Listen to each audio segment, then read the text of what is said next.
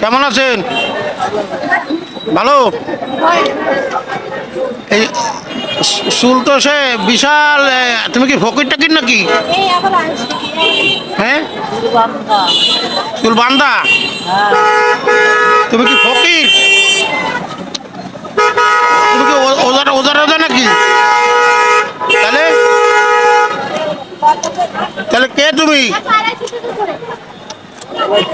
হ্যাঁ, এই দেই তবে চুলটা দেই বাবা। দর্শক দেখেন কি অবস্থা।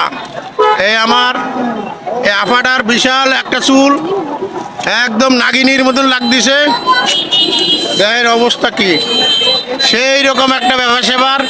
ও আপা, আপা এই তোমার এই নাগিনীটা সরাও দেই, সেই রকম লাগতেছে। বাপ রে বাপ, চমৎকার চমৎকার, খুবই সুন্দর। দেখেন দর্শক, এই আপা আছে রিল্যাক্সে খুলনা মেডিকেল কলেজ হসপিটালের সামনে।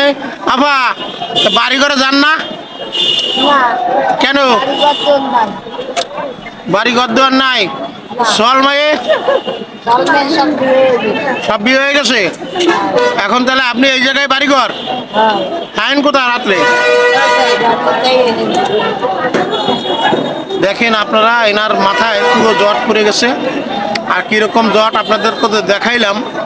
দর্শক, এই আপাটার জন্য বেশি বেশি করে দোয়া করেন। মাইয়া বলে সব বিয়ে দিয়ে দিয়েছে। কয়টা মাইয়া? কয়টা?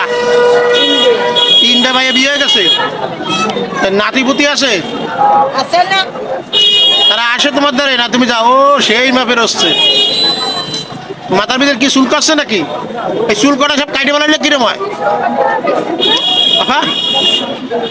আমার মনে হয় উকুনে বাসা ভাঙছে। দর্শক দেখেন এনার কি অবস্থা।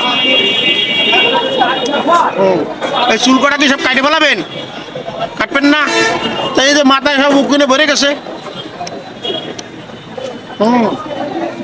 দেখেন কি অবস্থা। দর্শক আপনারা দোয়া করেন আপাটার জন্য। আপাটা আছে রাস্তায় এইভাবে, এনার স্বামী নাই, মেয়েরা আছে হয়তো, তারা খোঁজ খবর নেয় না। এই অবস্থার ভিতরে সে জীবনযাপন করতেছে। আর খাওয়া দাওয়া করছেন? খাবেন? যাই হোক, আমি আপনারা কিছু আইনে দেওয়ার ব্যবস্থা করতেছি।